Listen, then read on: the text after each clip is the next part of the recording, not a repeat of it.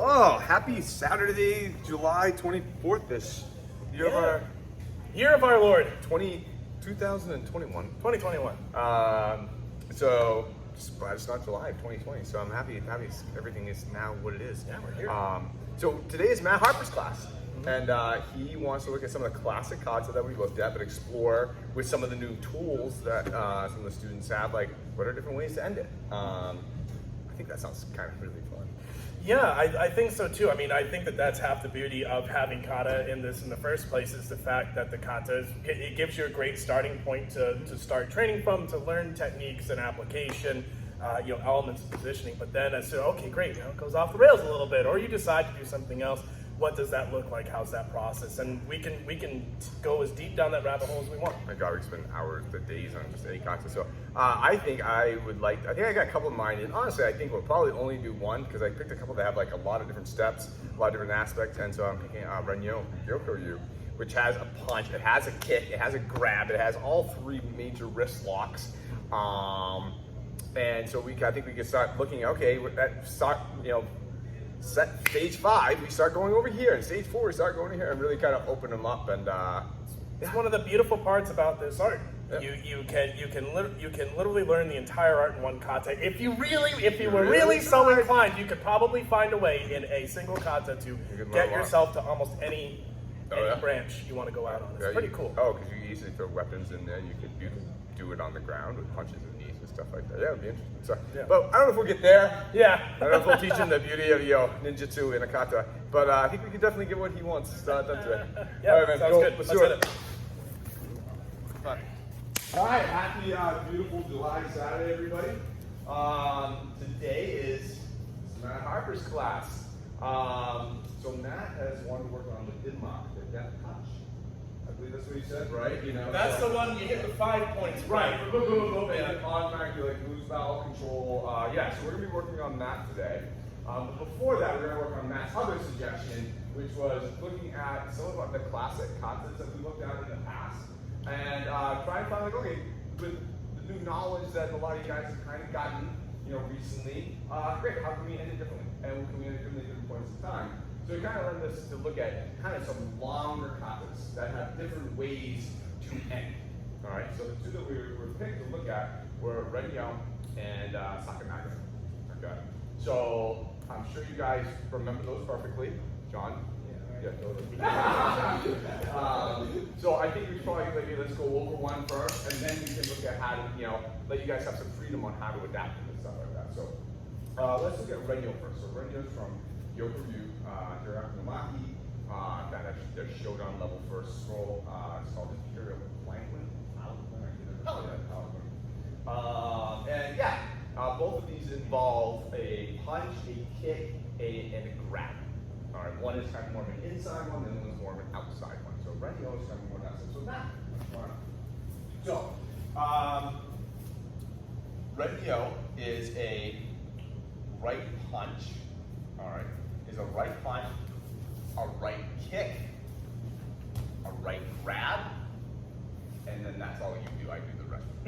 Okay, so attack, right punch, right kick, right grab. That's the attack. Okay, very first part is he comes in, we're moving to the outside, hitting into that arm. As this kick comes in, we're shifting up, we're kicking that leg. He comes in and grabs, boom. From here, we're moving in, hitting, breaking, extending, rotating. Okay, go ahead. Have fun. No problem. Let's start with that. Let's start with like that first part again. So he 1, 2, 3, 4. This is here. Okay. We're going one more time. Slow. Move outside. Hit. Kick. Shift outside. Kick leg. Grab comes in. Secure the hand. Katan Ken to the neck. Okay, let's start there. We'll put the rest in and we'll play with it. Sound good? Yeah. All right, go ahead.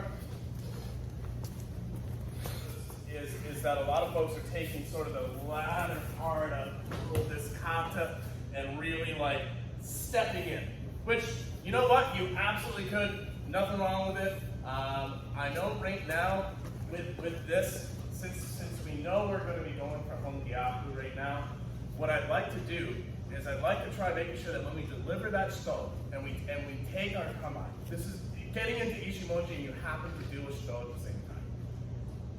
It kind of settles back and down as opposed to coming in here. Because right now I actually just moved his hand closer to his body. And thus, now I have all this extra shape and stuff. All he has to do is lift his elbow from here, and now all of a sudden I'm struggling with the Honggyaku part of this. And while we're going to explore paths that this can go down, you might very well do this. Like I said, I'm not saying that's wrong. Because hey, maybe you want to go other places here. But for right now, while we're just practicing getting the part of this where we're working for that Honggyaku, try settling back into using your kamai to deliver that stone. Now this is much more exposed. Clear? Sí, claro. So Mate, so good. I think everyone's kind of getting there. So let's complete the whole thing for the people who haven't. So Matt comes in, moving up 1, second, 2, 3, to the Honggyaku. Boom. Stepping forward. This is what a lot of people forget. They step forward into the ura. Passing off. I think most of you guys have kind of gotten there. All right, I'll show it one more time. So, start.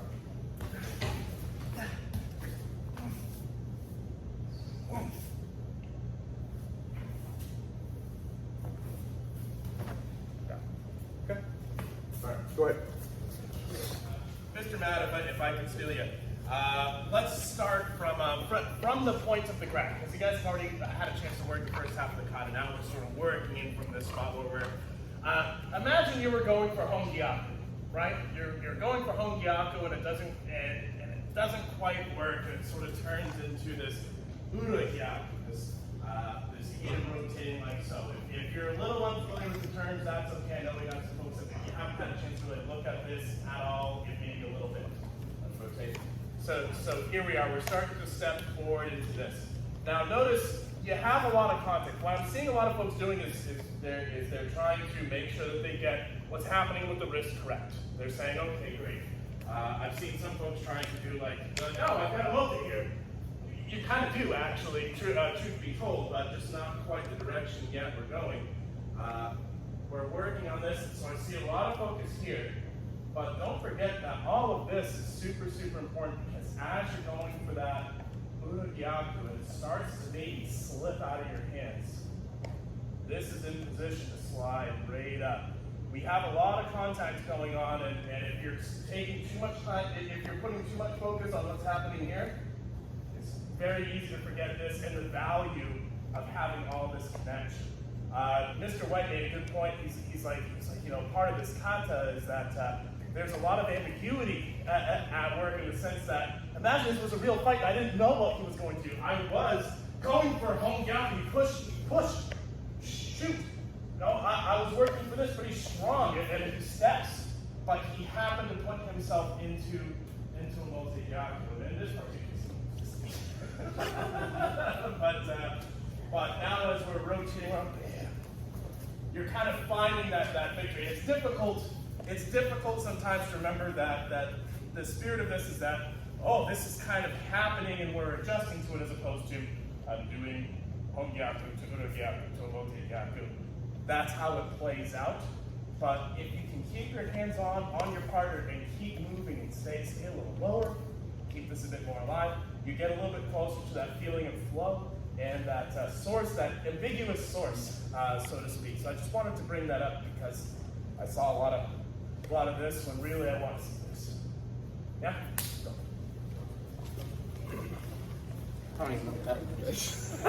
One last note, Mate, I promise, and then I'll let you guys just drink a little bit. This is about, we were just discussing, but I've seen it happen with smaller people, I've seen it happen with larger, stronger people, where they're working for this Honggyaku, and they're not using their hip and body. So what happens is, even if they're turning their upper body, see how my hip is still back? And what's going to happen is at any point here, if he were to actually resist me, he's being in front of the camera, I'm not going to get it. The solution is to bring your whole hip and body through at the same time. This is all moving together. As soon as I start leaning back, and trying to finagle this in with my shoulders and chest, I'm gonna have a hard time. Whether or not I was going for home gyaku originally, and he pushes through, and it turns into uda gyaku, that's fine. That's actually kind of ancillary. It's not super important. But what is important is that your hip and your body are doing the movement here. Notice we have our structure. If you don't use your hips and they don't come with your shoulders, you're going to find yourself in ugly, nasty little situations that you're going to have to struggle your way out of, and that's no fun. Struggle sucks. Keep going. Nobody wants to be on the struggle bus. Okay, Monte. So, I would love to stay here and just teach this all day from Harper, but that's not what Mr. Harper requested. Mr. Harper requested, I want to look at these classic concepts and find different ways to end them. So let's start at the end it differently, and then work our way back, because we could theoretically end this in this first couple of seconds. All right, so let's go all the way through so we can kind of practice it. So it's kind of coming in. Yeah. Here. Now I got this. What else can I do from here other than just kind of going one of the easiest ones, I'm just going to change where I'm going to go in the end. So we're going to open this up here, but instead of kicking to him, I'm going to go back over here. Taking that. That's one option. Second option. Or maybe I just have the up on the side a little bit.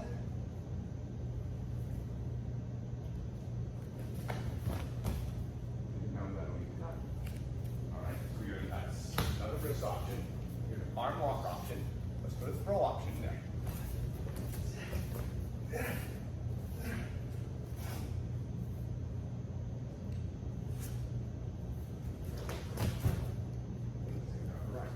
You can also do tie touch if you want from that position too. So it's what we're doing. When you thought we were friends. Oh my God.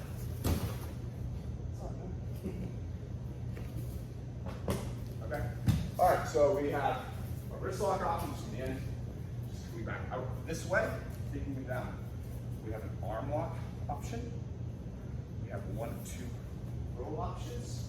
All right. From there. How about you? All right. So I want you to try that. Hey. Monte, just as a second thought, when you're looking at this kata and you're thinking, oh, what other options do we have, Mr. Matt? What other options do we have? Now, I'm not here so much to show you options as much as to say, well, what happens if the option is what you have to do changes because your opponent did something different? I saw something really good with Mr. Skull and Mr. Cheever a few minutes ago, where you had the initial part of the kata, oh my God, that grab happened, and what we'll do is we'll talk away through this one. So Mr. Skull was the defender. He's rotating through and working through, and Mr. Cheever stepped really far this way, which could happen. Legitimately could happen. Well, what I saw and I liked was that Mr. Stoll was rotating, felt Aaron coming in and said, oh my God, I really have to go. I really have to go to the outside a lot more. So now what if changes from the attacker, from the uke, are what derive your consequent adjustments in technique? And this is more for greens, browns, reddish, is what if the attacker changes something that is outside of the pattern that you've been going on, instead of just maybe saying, I feel like doing, or something like that. Instead of that, what if I'm working on this, I'm working on my multi, and he screws it up somehow?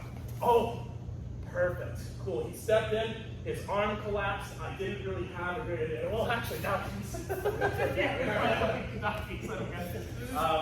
but that's maybe one way to practice what we're working on right now. Again, this is more for upper belts, but it's a good thing to try doing. It's something good to be aware of at any moment. So that's easy to put that in practice then. So as you're going back, I want you guys going back and forth. All right, and you're going to do 2 times each. The first time you're going to choose the different ending. You're going to make up. You're going to go through the thing. You're going to choose a different ending. The second time going through, the attacker will do something, and then you have to choose a different ending. Does that make make sense? And then you switch the two guys out for first time, you choose a different ending. I want to work on see if I can get into this position. Second time we're going through, attacker's going to change something. All right, they're going to take kind of that step out. They're going to do something on that last part. Makes you go, okay, now I have to do this. So it's changing your mind and having your mind change for you. Does that make sense? Yep. Okay, switch partners, please. Okay, Monte. And I love letting you sit here and play and each one of these things, so that you guys do a good job. But I want to make sure we get to what Matt's asking for. So Matt, there you go. Now let's end it a step earlier. So 1, 2, oh Jesus, whoa, here. Okay, I'm going to end it here now. All right, we obviously know this normally translates, but what can I do now that I'm on this side? Where can I go? What can I do? Well, we obviously have arm bar functions. We also have adjusted Renyo, I'm saying not the like options. All right, which is very similar. Boom. So that's what I'm going under, grabbing in here or here. You guys see this? Again, have only good reverse or aside. Throws. I have a throw. What throw do I have? Say it not again. Yes. Yeah. Okay. So we have an arm lock. So we have another wrist option.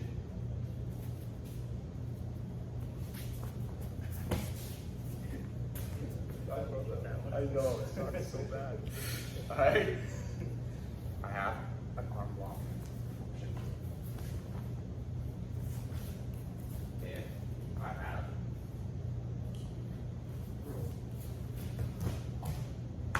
okay? So now we're stopping it at the Ura. That makes sense? Alright, go ahead, have fun. I've had a few questions come through specifically in regards to the Oni Kadaki variation, so I figured, hey, let's take 45 seconds and review that really fast. So, attacks coming in, and here we are, right? And we're working in here, and now let's rotate actually. Now, why would I do Oni Kadaki? So first off, let's start there. Why would I do Oni Kadaki? He's kind of bent over, and it's actually really not here right now. What happens is, well, what if he does something, I screw up, he starts to stand up, and then now all of a sudden, Onikudaki, the window's beginning to open here. So I want to be clear on the context under which Onikudaki can occur reasonably. If we're not paying any mind attention to ha-ha, and then do Onikudaki, and that's not it. That's not it. So we get to here, we've been working on this Uragyaku. Again, I remind folks that when you start putting joints in extreme positions, all you have to do is let go, and they generally tend to correct themselves back. Most people, when they feel this on, he's going to be trying to rotate his wrist back the other way. He doesn't want this to happen. It's just human nature. So he starts to fight against it. I let it go, it rotates back. This arm hasn't moved. His hand is on the wrist. Now the nice thing is, since this is off, and I'm not like cranking on him, he has the opportunity to kind of straighten up a little bit. Oh, now here's the energy, here's the opening and the window for Onikudaki. From here, this is done with the hip. The hand technique is very simple. I let go and I put it on top of his wrist. That's it, nothing else, just here. I'm seeing folks trying to do it like this, which is possible, but really kind of weak and difficult to accomplish in my opinion. Here we are. As he straightens up, here's Onikudaki. And then there we are. We can come in with that. I'll try to bend it back. So I'm securing my wrist and forearm with one hand, and I have his wrist and forearm with the other. Here we are, then snap. There's your Onikudaki. That's one way to do Onikudaki out of this. There's others, but that's a good one to work on if you're saying, hey, I really like the idea of doing the Onikudaki, let's practice that variation a few times. I just want to make sure you guys had a quick refresher on how that works and why you might try using it. Any questions? All right, sweet. Master. Okay, so let's back it up a notch. Yeah. Good idea, Bob. Comes in. Oh my God. Oh. Here. Oh, one of my favorites. All right, so I got on the Hongyaku, man. It's obviously any Hongyaku response from here works out very well. We can still flip it back into this upright hura if we want. We can just actually just make life horrible and just come back and right into that. Try that out as we go, and then walk over him. That's a nice option. Okay. Right here, we can shift his weight back and take his foot out. Put it down this way.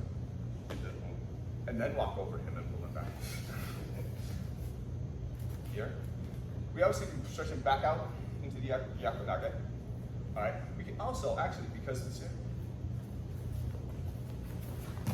we have to get something out.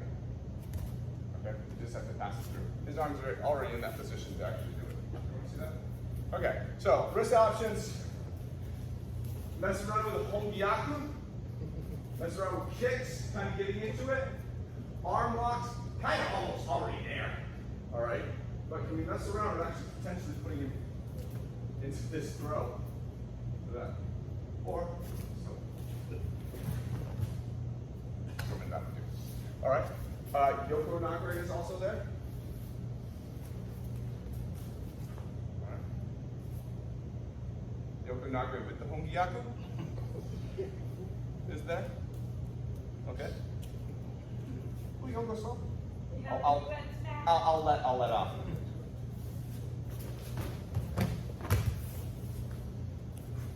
No, you would not let off. Okay. Find a way in. Come on. So mate.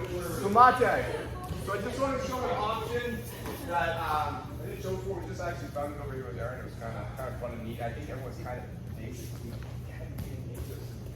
And you're going into this, and this is happening. This elbow's coming up. All right. And I think that's people are coming here. This elbow is like, yeah, it's not great here. But my God. This position right here for me is so wonderful. You can tell the amount of pain that Aaron's in versus the amount of effort I'm doing is way. So if you find yourself in this thing, it's coming up. Remember, Hongyaku is not just this, it's this too. It's the 90-degree in the elbow. Right. I'm literally just laying my arms around him, and you can hear the bear noises. If this is, what? I mean, that is just nasty. So, yeah, so if you figure this stuff out, you're in a good spot. Okay? Alright, so I think everyone's kind of seen that. It's a nice option. Okay, so mate. So we've now reversed, so now we're alternating ending at the Hongyaku. Alright, let's go back to the katan ken. Alright, bring them out. You guys this idea? The one. Here. Alright, I'm not going back. I'm going back here. I think you can see a lot of this stuff from right now. Alright, you can also see this is a very simple kake. Right there. I think you can also see you have Onsei Nage, you have all the throws pretty much right here. Right, goes to be a tough one to be totally off. So the other thing I want you guys to look at is, well, what can we do with those legs? Right. So, up. All right. What can we do with this extended arm?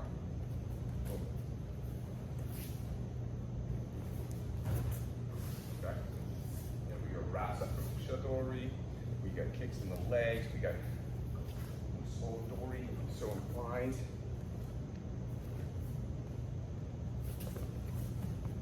Okay. So let's play with that arm. We have a nice extended arm there. That is a gift from God. All right, God wants you to win this fight because of you. All right, let's see what you do and get in there. Make sense? All right, good. That way the kick can't ever hit your face. Mate. How's everybody doing?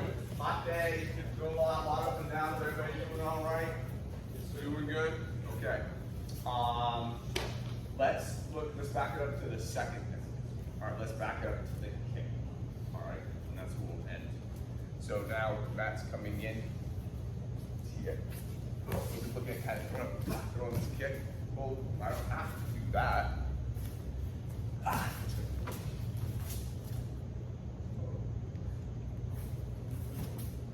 right, we can end with whatever we want, but let's play around with moving into that kick differently. So one, boom, and it's, I'm gonna shift back into it a little bit, see where I can go from there.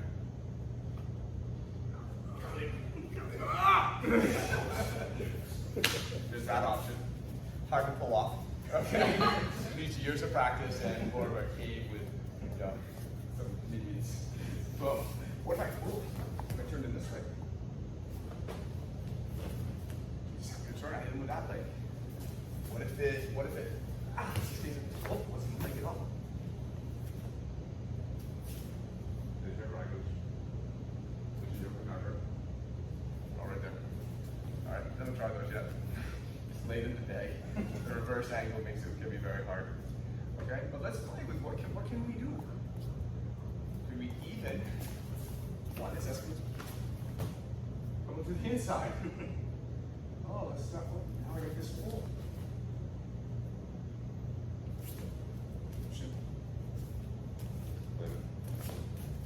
Okay. Have fun. Play. This is a good time. We're looking at alternate endings, but we're looking at how to make them appear. Okay? Make sense? Go ahead. To the group for those of you who haven't heard it yet, but if you want to, there's always this may be a note for further training for you. There's almost always an opportunity to get to practice decision making or a little bit of the OS factor in terms of what you're doing. So I have Mr. Matt here. I have a couple of you folks running a drill, if you're interested, where same punch is coming in, boom, we're sending, and there's a disconnect. He's either spun out or he's too far from me because, you know what, I saw it happening earlier by accident. And when that happens, that means you have a great training opportunity to practice decision making. So I propose as a third way, you spin him off, you're disconnected. I might try to re-engage with him, he might try to re-engage me, and I don't know who's going to get there first. He goes to re-engage, and so, shit, and here you are. Now we're not really in a very defined position, but hopefully if you've kept your structure together, and you're doing things great, you actually have a little bit of opportunity for me. I want to do either Kosotogake or some kind of inner sweep to start taking it down. Now we're starting to work on things. Not a bad idea to train with that. Spinning out, disconnecting, they're attacking and we're responding, or we're trying to regather them and they mess that up for us. That's a good place to train. Just do it safely and with control. That's all it is. Yeah. Continue. Okay, my time. Good morning, guys. Good morning, guys. That was a lot. I see everybody like, hey, so what are you doing Sunday? When social hour starts around 12:10, that's what all right, we'll settle it. So, that was a lot. That was really fun. Thank you, Matt. That was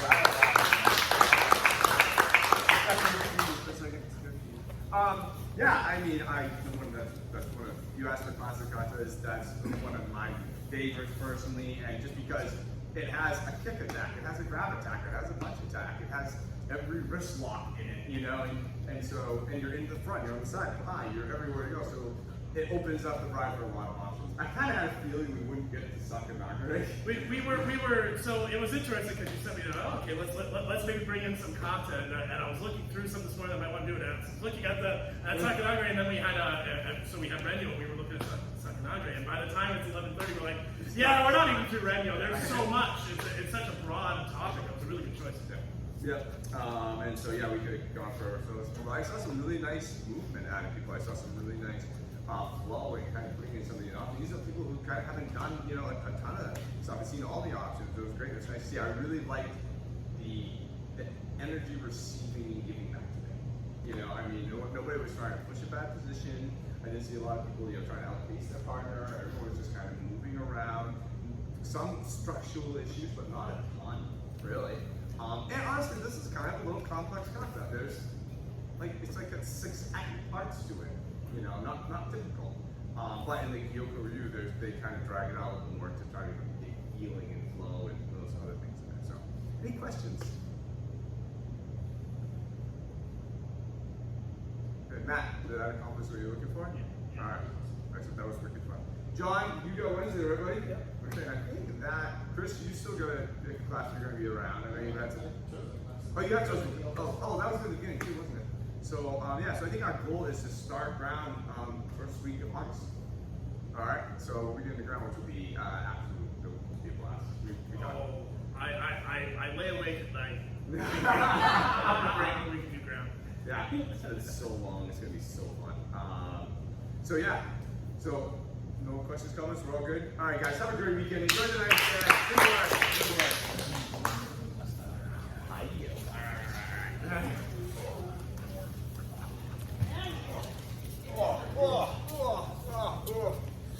The noises of standing.